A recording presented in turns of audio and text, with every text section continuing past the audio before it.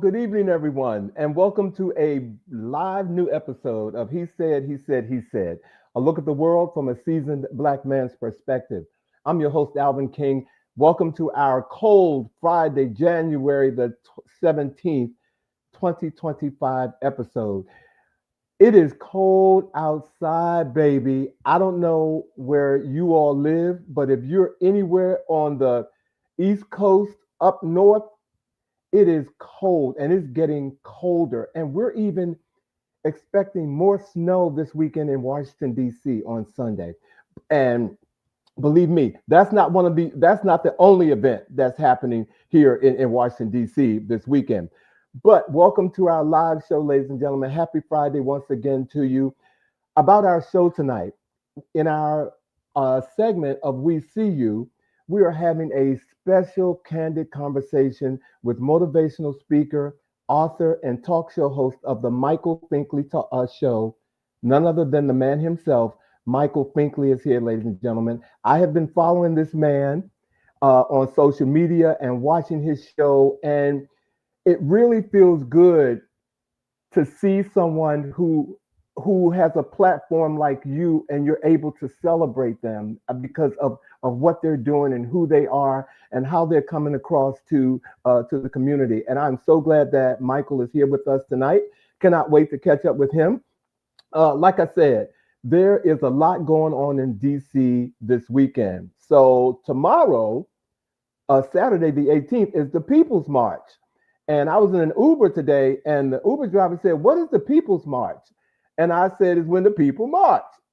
And he started laughing. And I said, "No," I said, "they're marching. There's a lot of people from a very diverse group of people who are marching because, in my opinion, they're not happy with the new administration that's coming into office. And so they're making their voices heard. And this is how they are making their voices heard. They are marching, and they're going to be all about DC is practically shut down downtown. And also another event that's happening, of course, it is Martin Luther King Jr. Day on Monday, the 20th. That is a day where a lot of people are being asked to, do a service, make a commitment and put yourself out there, help someone. I don't care what it is, whether it be a food bank or a shelter. If there's something that you can do in that area, they're asking everyone to do that. And it is also the presidential inauguration on Monday, and they have moved the inauguration off the street to inside the Capitol. Now, I don't know where 20,000 plus people are going to go. They all can't go into the Capitol Arena, but it looked like a mess to me is happening. And so, but the presidential inauguration is happening on Monday. It's going to be cold, wrap up, and, take care of yourselves because it's going to be a lot going on down there. And this weekend, I'm a Commanders fan, ladies and gentlemen. The Commanders made it to the playoffs. And I mean, my boy, Jaden Daniels, the rookie quarterback for the Commanders, has been doing his thing this year. I'm so proud of my home team because they are heading to the divisional round for the first time since 2006 against the Detroit Lions, who have the number one seed in the NFC, for those of you all who follow football. I know where I'm going to be tomorrow at 8:00, probably with the, what do you call it, checking my blood pressure, because those Commanders, they just take you to the end and you just don't know what to do. But I'm going to be right here supporting my team. Yes, I am. Hello, Sean. Hello, George. Hello, Kendall. Hello, Monica. Thank you all for joining us tonight. We are so glad that you all are here.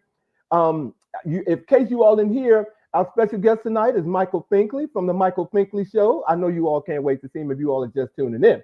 But before we bring Michael on, I can't do what I do without these two guys. So if you all are ready, let's get into the chat.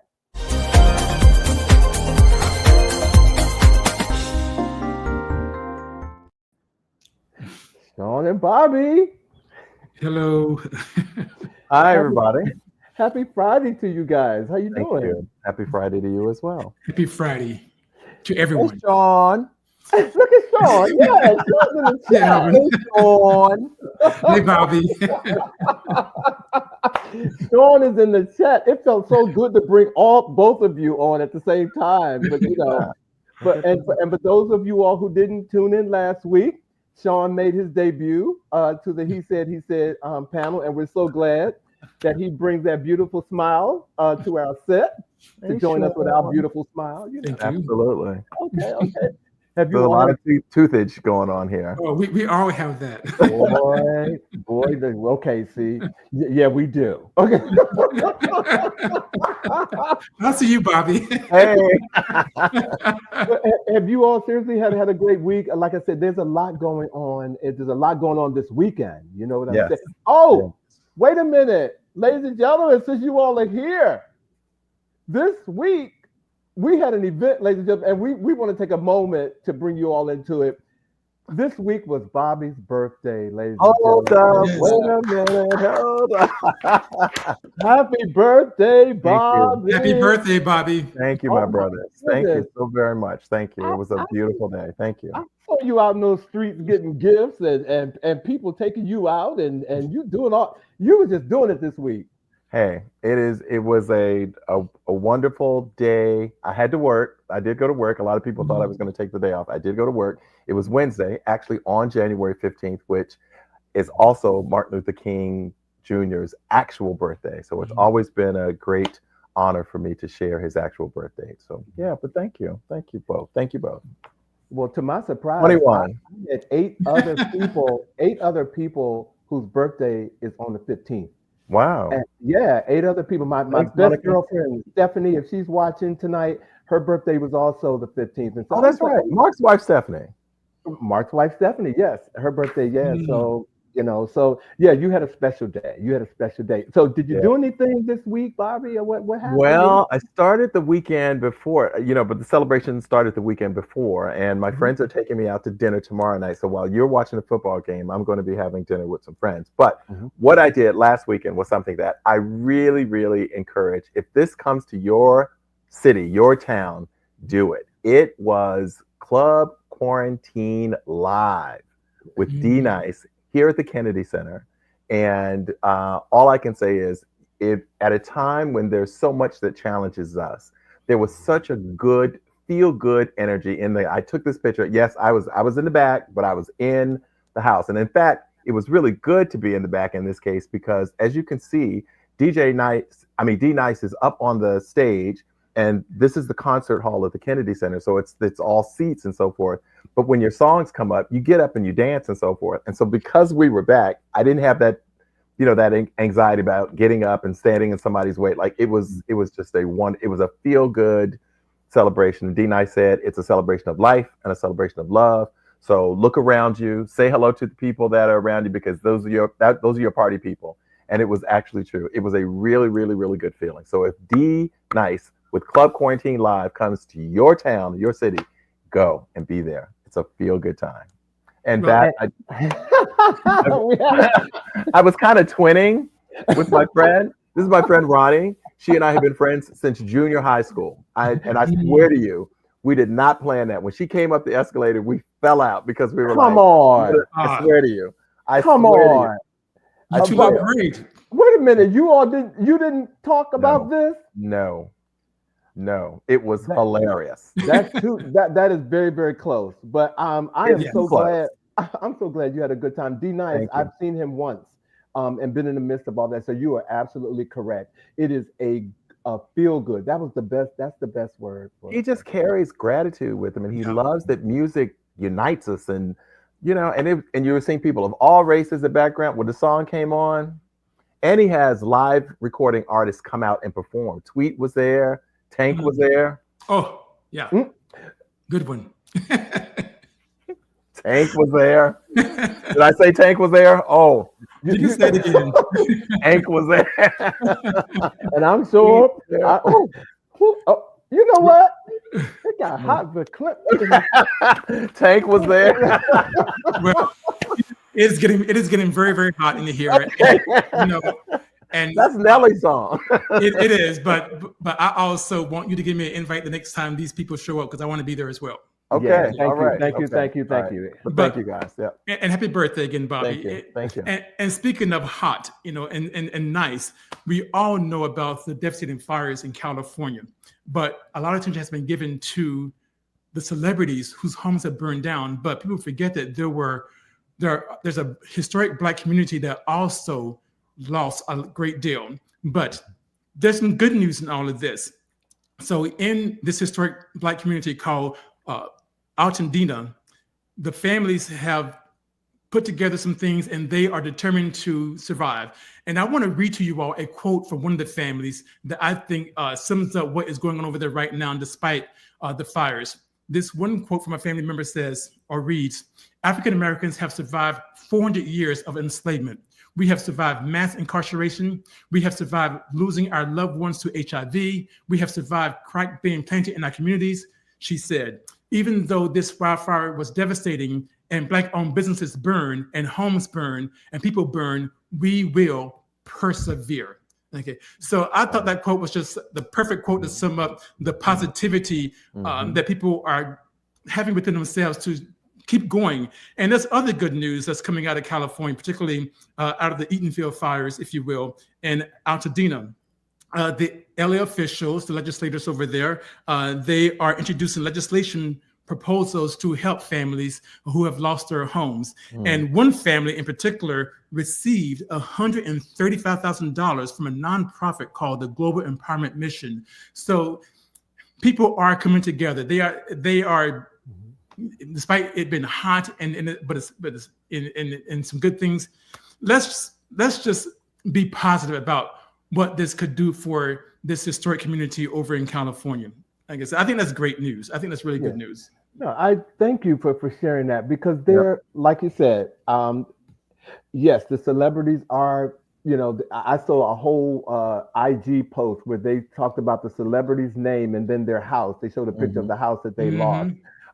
But there is a historic Black community over there that, as you mentioned, that is not getting any type of coverage. media coverage at all. But I can't fathom what the people are going through over there. I can't. To say, wow, I'm sorry, it's like not enough because I cannot understand what that's like to have a fire come through my street and take out the whole street. But not just the whole street. We're talking about generations of families, two and three generations. And one family lost 9 homes in Altadena. 9 homes in one family. And when the community structure is also taken away, like you can't go to the bank. There's no bank. Right. There's no post office. Right. There are no grocery stores. They're like not all anything. Of it. Yep. Left. And yet through all of that, they are hopeful. They are determined to rebuild their communities and preserve their culture. It's a perfect example. I love it. I'm telling you. Yeah, it's very powerful. Very powerful. I mean, I literally, this fire has made me a lot more grateful because, like I said, January didn't come in with pom-poms this year. The new for me, it didn't come on with, the big band. It didn't come on with all that. And so, I honestly was kind of feeling a little down about some of the things that I was going through. And, compared to this, it makes you wonder, like, Alvin, perspective. Put it all in perspective. So thank you for sharing that, Sean. And Bobby, thank you for sharing your party time with us, for those of us who don't go out. Thank you so much. Wait. I'm sorry. Did you say those of us who don't go out? I said January didn't come in here with pom-poms. Okay, I got that. But those of us who don't go out? I'm just saying. I'm just saying. I can pull up a picture of Puerto Vallarta in a second. When the conditions are correct, he'll go out. That was last year, and we're moving on. Okay. That was last year. But I also wanted to bring something to you guys' attention because I thought it was just totally overkill and people should just leave it alone, but it's the media's fault. This week, all the hoopla has been around President Obama's beautiful wife, Michelle Obama, Mm-hmm. not going to the inaugural festivities. And the media, every media from The Hill to NSNBC to CNN to NBC has made this big, this the fact that she's not going, they made this like a huge topic. Think about it. Why would she go? Why would she go after how she has seen this person treat people? Not to mention the media has not said anything about how he treated them when he left office, when they left office, or let's talk about the transition of power. The media is not talking about any of that, but they're making it like, oh, Michelle Obama is not going to the inauguration. What a terrible thing. How can she do that and all that? Michelle, I know in the next couple of weeks, they're going to call you every name that you probably haven't heard in your life. And you've heard some things, Michelle. But I know you know how to let water roll off the duck's back. Oh, absolutely. Absolutely. She knows how to do that. But I just think the media just have a way of being so unfair. And I thought this was a moment where I just looked at it and went, so what?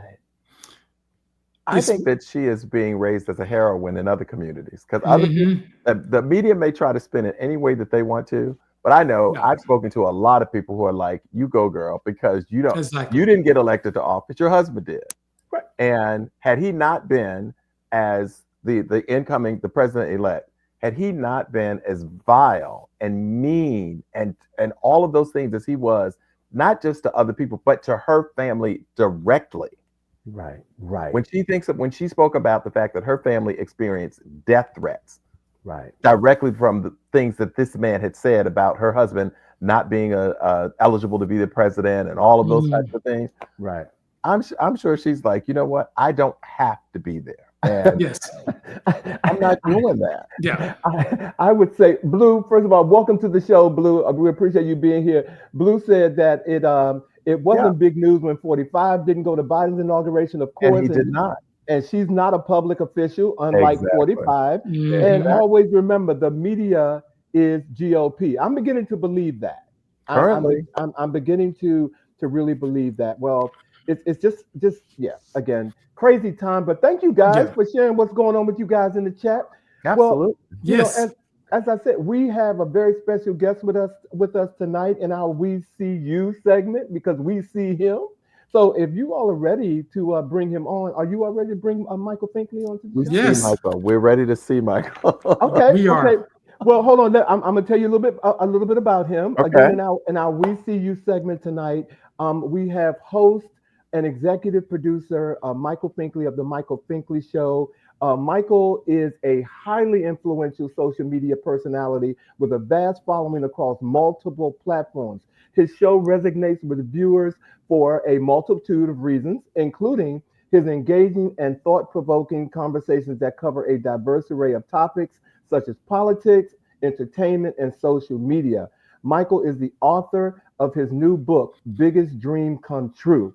He is also best known for his charismatic ability to connect with people from all walks of life, creating an inclusive and impactful environment for his audience. So tonight, we're welcoming to the He Said stage, Mr. Michael Finkley.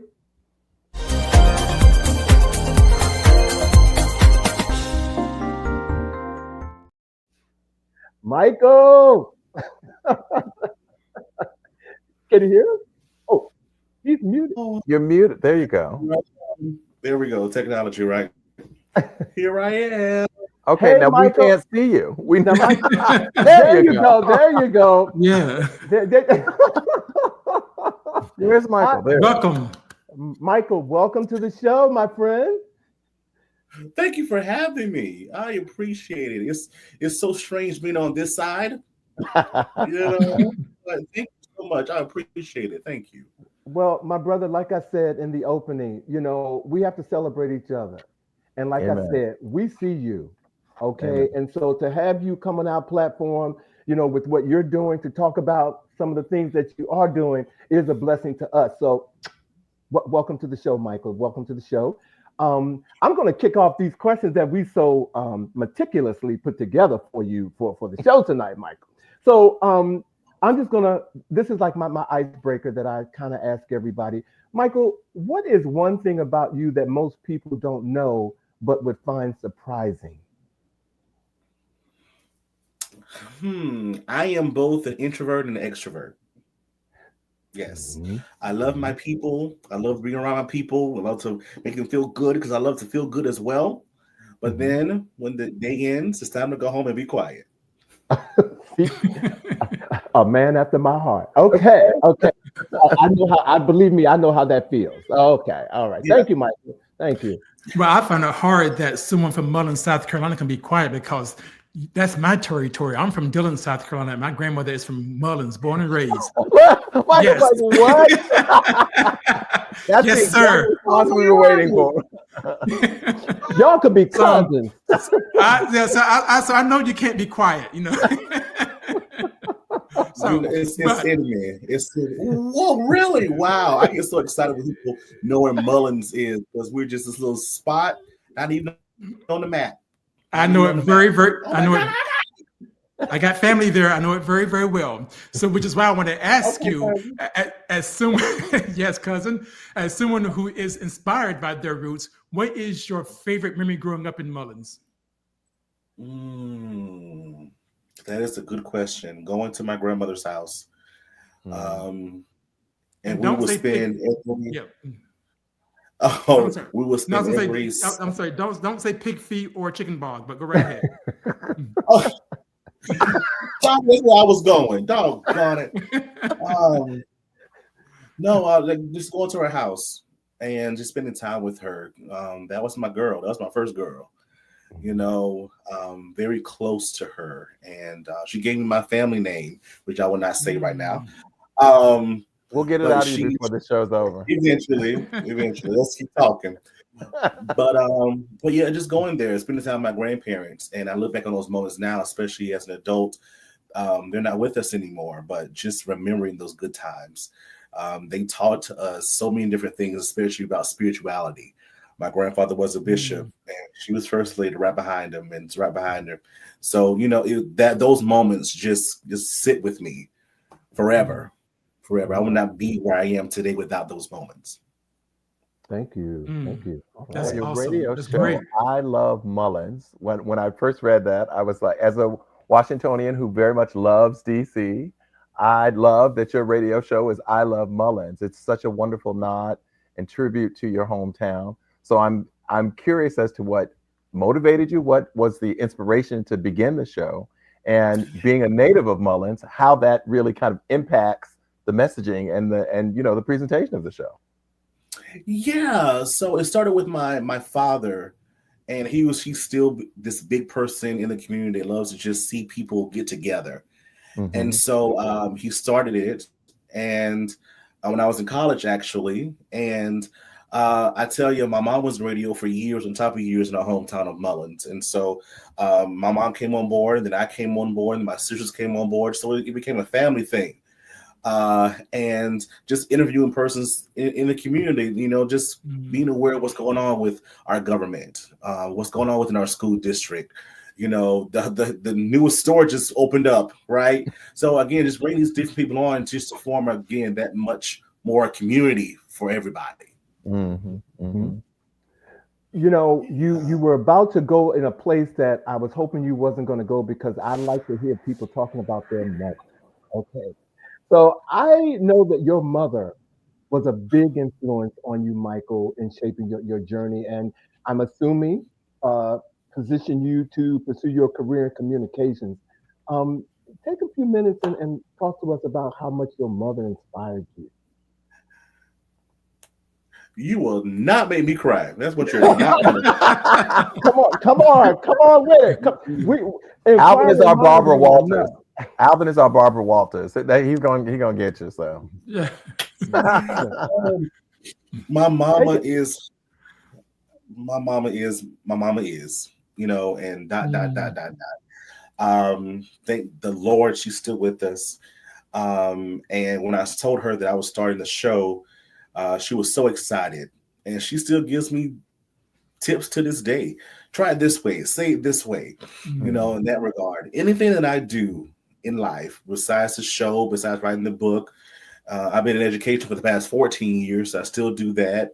Anything that I do and set out for, she's like, okay, yeah, do it. Okay, let's do it. That means I can go too. So I talk to her every day, multiple times a day. And yeah, that's my girl. I don't know way around it. That's it was an old sitcom back in the day. That's my mama. That's my mama. That's my mama, photographs and memories. I'm able to sing the song. But yeah, that's my mama. And I love it to death. I love it. I love it. Yeah. I'm sorry. Go ahead, Alvin. No, I wanted to take a moment to have you talk about that, because I don't have my mama with me. My mama's not with me. So whenever I read someone's bio or information about them and their mother is present, I just gotta give that mama that credit right there, because give her flowers right now. You know what I mean? So yes, I want you to do that. So wherever you are, Mama Finkley, I don't know what your name is, but where you are, Mrs. Mama Finkley, I salute you. So thank you.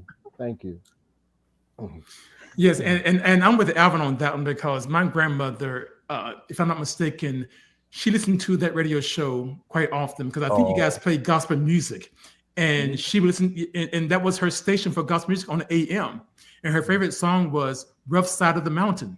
Come on, okay, and so, like Alvin said, give your mom your flowers. Now I know how you feel. My grandmother, she's passed away. My mother, thank God, she's young and beautiful, and she's still around.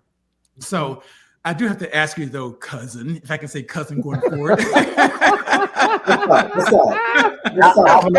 Alvin, you and I are Washingtonians, but they clearly got that Mullen things going. So yes, we do. Just gonna let it go. Okay. Yes. Okay. Look at the nose now. So, but seriously though, what inspired you to pursue a career in communication? I'm sorry. Can you tell us about your experience transitioning from radio to hosting your own show, the Michael Finkley Show? Yeah, within that, I wanted something of my own that I could bring to the table. And during the pandemic, we're all home, just twiddling our thumbs, trying to find something to do, right?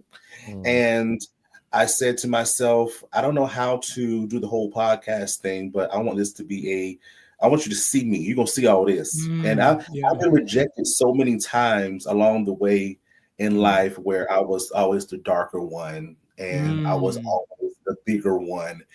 And many people didn't find me appealing to see that person on any type of screen. And so it took a long time to get over that mentally. And once I fell in love with myself and my being, because listen, my skin is popping always. That's number one. And I ain't got no complaints from how big I am. So listen, that's another story.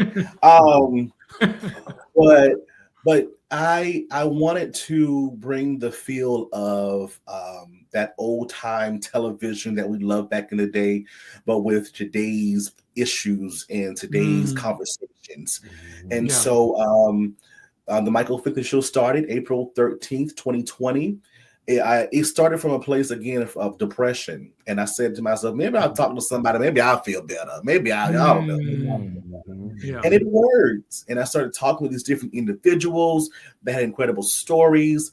It stood from a stance back then of a point of education. Because, again, I'm educated by trade. And the biggest aspect of first generation high school students transitioning to college and the workforce. So that was a big component back then.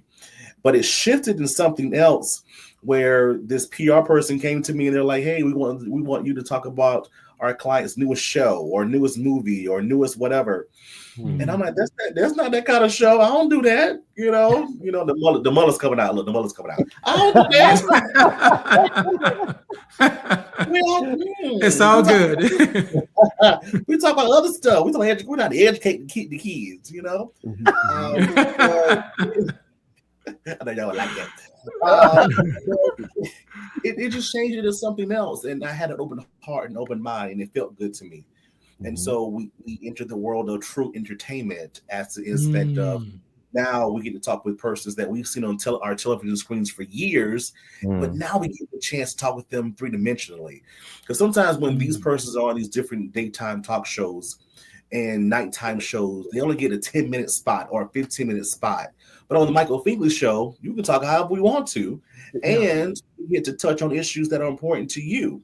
So now persons get to see you in that three-dimensional spot and say, oh my gosh, they're a person just like me. They're working, they're getting their checks, they're paying their bills just like me in that regard. So kind of shifting their mindset a little bit. The viewers that watch, the Fink fam, shout out to the Fink fam that watch the show, and they get to see a different shift in our guests. And so it's been true to us. We've been true to that model since that time frame, and it's been working for us ever since.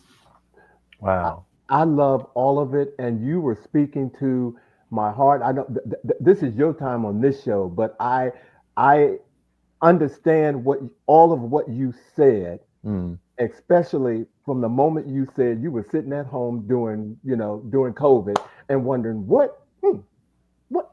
how can I make a contribution to something I'm passionate about. So thank you for sharing that. That moved me, Michael. Thank you very much. And I want to say thank you also for being very vulnerable and talking about what inspired you and acknowledging some of the realities of the discriminatory lens of the media and what's acceptable and what isn't acceptable, what is deemed appealing and so forth. You've shared very candidly about that, and I want to thank you for that vulnerability, but also the importance of understanding how representation matters, because there are people that of all experiences that need to see and be reflected in this area. And so we appreciate that. But so in sharing that, what inspired you and so forth, and you've kind of shared what the vision was in terms of wanting to help people and share, stories and so forth. Can you give us an example of a show that really embodied the vision that you had when you created it? Okay, I'm not going to cry on that one either. But I'm already going to. Go ahead. Somebody bring him some tissue. Get some tissue for Michael now. Tissue for Mr. Finkley. Oh, is there a show that really touched you? I'm going to name two. The concept of the show, even more so now, is it's always a trending topic for anybody that they want to pursue their dreams, even though they may have already pursued an aspect of it. And I always ask the question, what is your next biggest dream, right? So keep them thinking and keep them motivated along the way. And so each guest gets the same question, and I love each of their answers along the way. And that's what inspired me to write the book. And I know we're going to talk about that later. But two shows that really stood out to me were I had Grammy nominated comedian Lavelle Crawford on.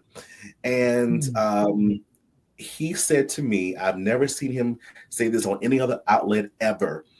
He said to me, once I have a few more years in comedy, and once I'm done with comedy, I'm going to open up a church and save souls. I was just so in awe, and I learned so much in that interview from him, his spirituality side of who he is as an individual. Because again, you don't see that side. You see the funny side, right? But again, was that open to say, this is what I want to do outside of comedy. And so it really opened up a door for him as well, to be that vulnerable on the show. And then another person, he's on a lot of Tyler Perry things, Anthony Dalton II. He opened up to us about the time when he lost his mother, and he wanted to end it all, but he literally said that his son saved his life. So he found out that they were pregnant. They had just gotten married. They were pregnant, and before that news, he was going to end it all, literally. Wow. But literally, he says it proudly that his son saved his life. And so when I think about these things, again, just giving them that platform to share, you never know how, again, it's comforting for them, but also the persons that watch, how it's comforting for them, because someone could say in the back of their mind, I'm not going through this by myself, or wow, I didn't know. And I see them in a different light, right, in that regard. And now I pray before each show, and I always say that I want to get something out of this as well. I want to feed me too in this conversation, in that regard. And because I want to be better in all aspects of my life as well. So if it's from something from this conversation, allow it to stay with me so I can continue to minister to myself as well. Amen. Well, I love that as well, because it sounds like you have learned from other people's challenges and you've used that to overcome your own challenges. And you mentioned earlier some of those challenges, about skin complexion and weight, et cetera, and so forth. And you, like me, I grew up learning the blacker the berry, the sweeter the juice. And sometimes I say,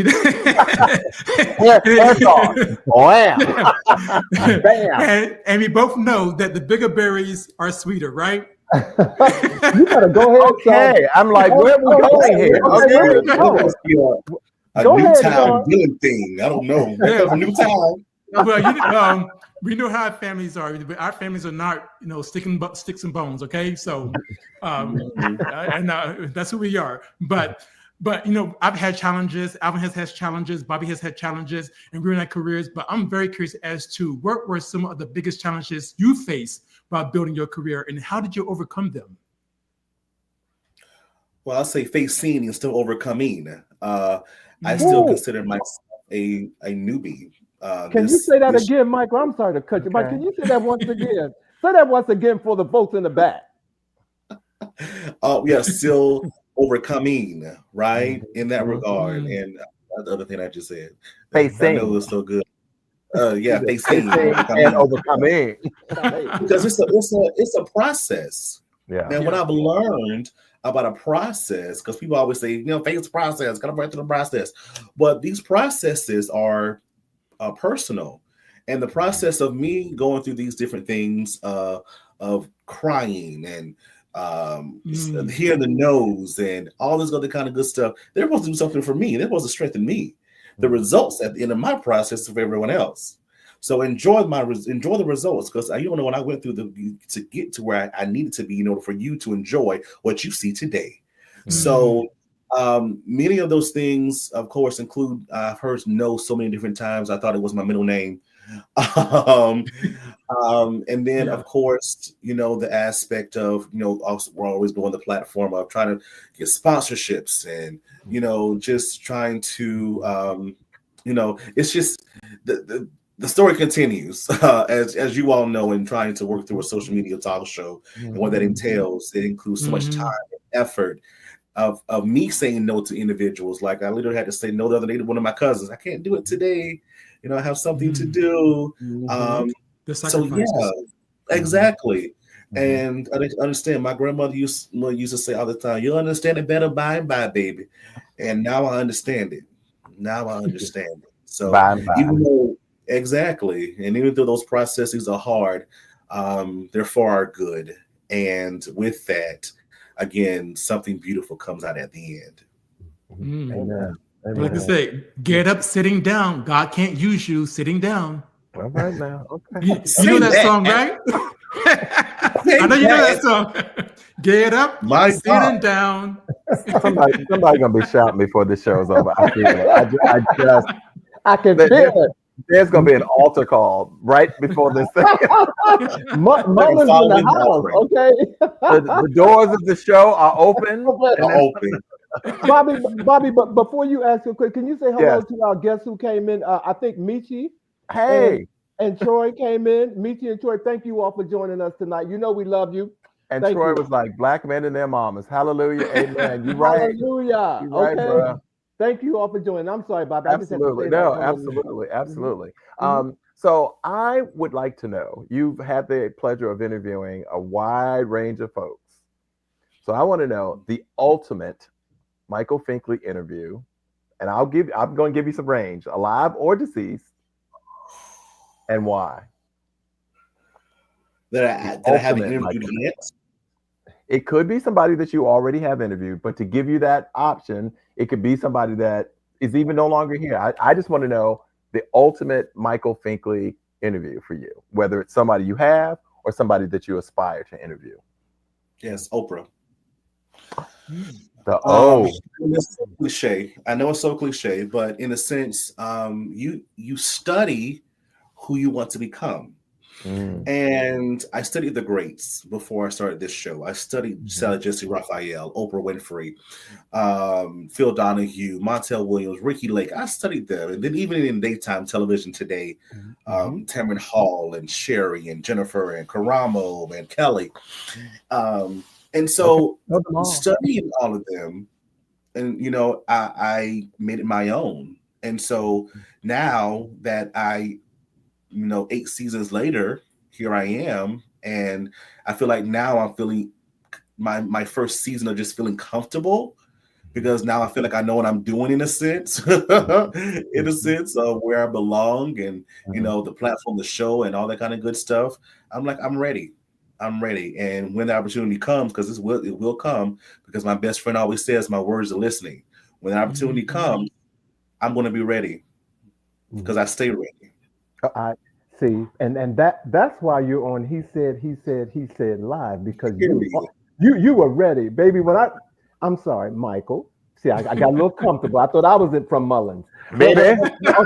When I saw you, I said I gotta have him on the show. So let me take this opportunity to give some recognition to you, Michael. Congratulations on your Grammy nomination in the Best Contemporary Blues Artist category with Antonio Vergara. Come on, Michael, man. take a moment to share the story behind your collaboration with Antonio for the FRI album. Another crying moment. When I tell you, when I wanted to give up so many times because I didn't feel that people were getting it, and when I realized that this show was for those persons, I don't care if it's one person watching, this show is for you. So I had to do it for that one person. But I know there's many more. And I never knew that down this yellow brick road of blessings, I would be in this position of saying, now I'm Grammy nominated. So how it happened was earlier last year, he was nominated for a Latin Grammy. And he was doing his thing as an engineer. And he revealed in an interview that, hey, I want to do an album. I'm like, okay. He's like, I did my research and I see that you sing. I'm like, I can hold a note, I can hold a little note. And so he's like, I want you on my album. And I'm like, okay. I don't get excited because I've been promised so many different things, movies and sitcoms and all these different things. And so I'm more of a person where if you say you're going to do something, I need action behind it. And he was a man of his word. He said what I needed to do because he's all the way in Ecuador. I was ready to go on the plane. I was ready to get up in Ecuador. I was so ready. I'm like, studio time, please. I was ready. But I did everything locally. He sent me everything I needed to do. We were always in conversation. And I lent my background vocals to some of his songs on this amazing album. And didn't know that he was going to apply for the Grammys. Found that later on. I'm like, okay. And then November 8th came around, and when they named all the different persons nominated for the Grammy, and here he is. And I was like, wait, because that person, I hear the news. I went back to him. I'm like, Antonio, listen, what does this mean? Like, what can I literally say, sir? What can I say to the people of God as they're watching this and they watch me now? And he's like, you can say that you are now a Grammy nominated artist. Wow. That's wonderful. Yes. Congratulations, man. That's great. Everything is done. The Academy knows who you are. So you are now a Grammy nominated artist. And so that just in itself opened up so many other doors that I didn't know were there, and doors that even opening it, I'm still looking for them to open as well. And so, here we are. This little country boy from Mullins. Yeah. Country boy from Mullins. I raise my cup to you. Okay. Yes. I don't have a cup, but I think it's awesome because it truly shows how prolific you are. Okay, Absolutely. and because with the Grammy nomination and the radio show, but there's more. Your book, The Biggest Dream Come True, focuses on pursuing dreams. So, what inspired you to write it, and what is the key takeaway you want readers to have? Oh my word! So I love this book. I love this book. I love this book. Do you love that book? You love that book? I love this book. We're gonna put your website up so people can go and order your book. Okay, so go ahead, but tell us, finish your question. Yes. Yes. Okay. Thank you. Yes. I sit down sometimes on that couch being there, and I literally cry because I'm just like, God, I need a more massive audience to get this message across that dreams can and still can't come true. And so what inspired the book was the song. I wrote the song first for my my show. It's my theme song, Biggest Dream Come True. And so I'm like, you know what? This needs a book. And so, because again, it's always a trending topic. Dreams are always a trending topic. You can turn on any television right now, somebody probably talking about a dream. And so with this, it is basically a step guide to how God, I talk from the perspective of my show. I talk about, the first chapter of the book talks about the vision and making it plain. Without a vision and a foundation, you don't have anything. But so you have to just sit down and just write out your vision. Write it out for you. And then it just builds on. And within this book as well, each chapter is an easy read. It really is an easy read. There's only 92 pages in the book. And within each chapter, though, at the end, there are reflective questions. And at the end of the book, there are actually blanks where you can fill in the answers to the questions. So I want people, when they're reading this, I want them to think. I want them to think. I want them to be reflective. So once you're finished with the book, okay, I'm done. Now I know what to do. Now I know what to do. Let's make it happen. Because someone out there is waiting on me to fulfill this dream. Not only me, but someone's waiting on me. So let me get my hind parts in the gear and make this happen. Now is the time for action. Yes. So you talked about writing down, talked about reflecting, thinking. For many of us, part of the stumbling block is thinking that our dream is just too big. It's just completely out of our reach. So if there's one piece of advice that you would give someone who feels that way, as many of us do when we talk about our dreams, what would it be? Yeah, in that reflective mode, I always say, it's also in the book as well, if you call it prayer, if you call it meditating, I call it prayer, ask for that guidance, ask for that voice. Because sometimes, we say that our dreams are big, but in knowing who I am and who I serve, I'm just like, well, he'd be like, no, it's not big enough. God saying it ain't big enough. Exceedingly and abundantly, I think is what we're talking right. about. Yeah. That part. And so when persons have that mental mode, I always say, pray, meditate, whatever that looks like, it sounds like for you, and ask for that to be a guiding force for you. So you want to help people. How do you want to help people? Right? And what aspect do you want to help them in? Right? What are you good at that people say that you're so good and talented in, and use that, right, to help individuals? So again, it's all about your aspect, not the person beside you, not the person across the street from you. This is all about you and feeling your biggest dream. And I always say this as well: your dream goes along with your purpose. It's a two-way street. Your dream goes along with your purpose. So when you're looking at your purpose in life, look at that dream that's a part of the purpose. Because again, we're also talented with so many different things in life, right? It's just a piece to the puzzle. It's a piece of the puzzle to ultimately find out your greatest purpose of why we're still here. Because again, we wake up on purpose. We don't wake up just to wake up every morning. We wake up on purpose. Amen. Yeah. Thank you for that. And Alma, thank you for your birthday wishes. Mwah, love you. So, Michael, are there any personal stories in your book that resonate deeply with you and your journey that you can share with us for a minute? Yes. I talk about the aspect of no. And I'm like, that didn't give me another book in itself. How I was watching the Sherry show one day, and she had Gayle King on, and she's like, I turned that word around into it's on. And so what another pearl of wisdom drop there.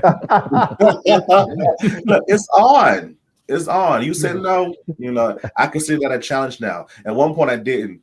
I used to cry, and it used to be a stumbling block as well. Like, oh my gosh, now I just stop for days. I'm like, oh, they said no to me. But I was like, you know what? When you say no, someone else was going to say yes. Someone's going to say yes. Someone's going to see the vision, and someone's going to say yes. Someone's going to say yes. So it motivates me. So that's in the book. That's definitely in the book as well. Of course, with other stories of my venture. But yeah, now in 2025 and beyond, I just see it as, let's go. It's on. Bring it on. Let's go. Let's make it happen.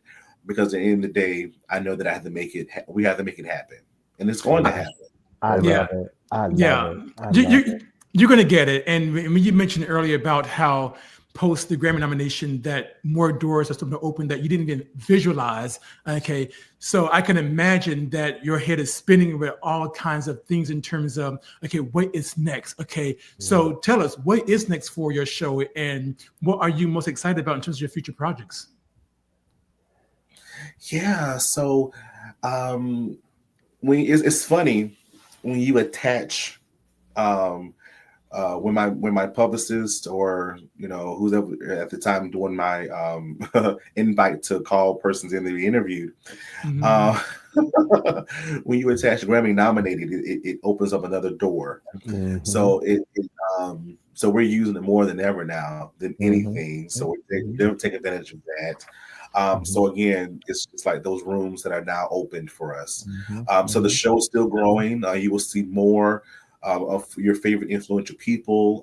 I'm excited to say that Sherry Shepherd will be on soon, so I'm really excited. Wow!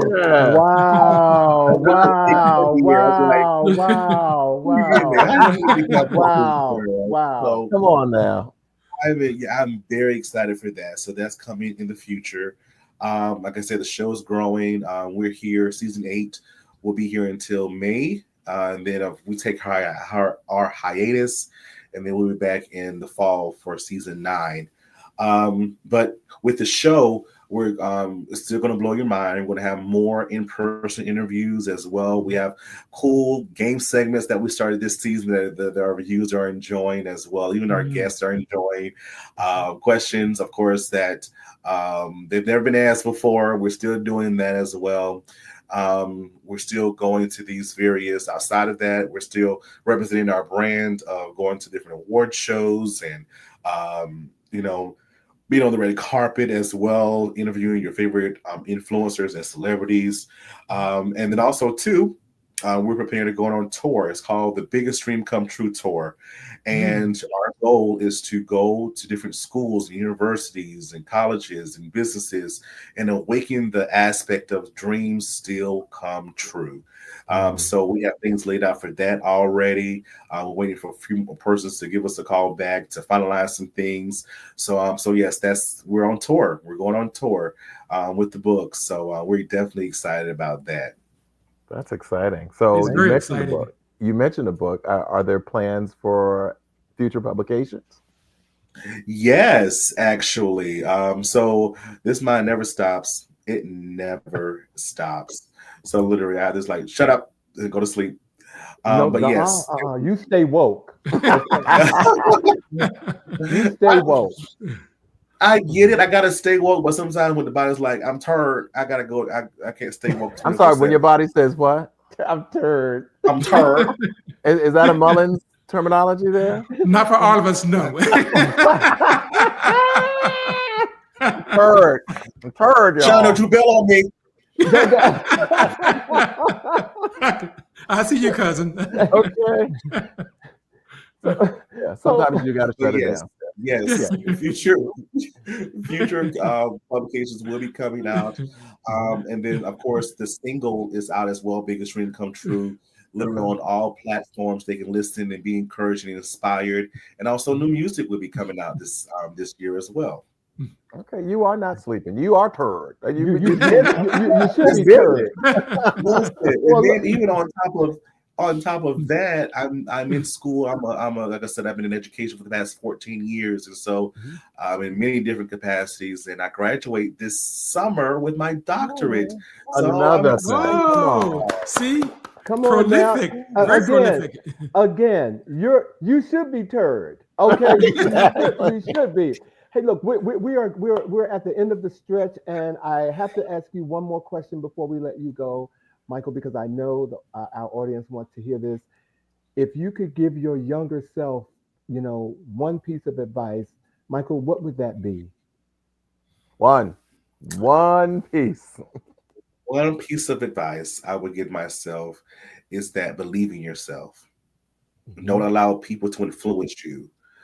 The ideas that you have and the thoughts that you have are for you, and they're meant for you to fulfill. So don't allow people to influence you. Believe in yourself. Thank you. And sing. Ladies and gentlemen, you can do it in the chat. Give some clicks up for our special guest, Michael Finkley. Michael, congratulations on everything that you are doing. Ladies and gentlemen, his book, you can go to his website, michaelfinkleyshow.com, and you can order the book, get it, because it will touch you as much as he's touched us tonight, ladies and gentlemen. So, Michael, the sky is the limit to you. Thank you for giving us your time tonight, my brother. Thank you so much. You don't look turd. Yeah. That was an easy day, but well, thank you. Don't go anywhere. We're going to bring you back before we close, but thank you for joining us tonight. And I'm following you, my man. So I'll be seeing you. All right, ladies and gentlemen, Michael Finkley. Thank you, Michael. Wasn't that an amazing interview, guys? Amazing interview. It was. It was He's great. Busy. He is busy. He had no idea how much he touched me, and I'm saying that from our platform and my thought process and not that I necessarily needed validation. I know that I'm doing the right thing, and to hear someone who's walking that path that I feel like I'm walking, that we're walking, and it just felt good to have somebody on the show that we could uplift and together, the brethren. Yep. So it just felt good. It felt really good. And trust me, he's not lying about Mullins. I mean, I'm telling you, I know exactly where he is from. His family is from. My family are from there as well. And so for someone from Mullins, that part of South Carolina, to do what they're doing and make it happen like the way he's making it happen, it is beyond a dream that most people have in that part of the Carolinas. So give him his props. Amen.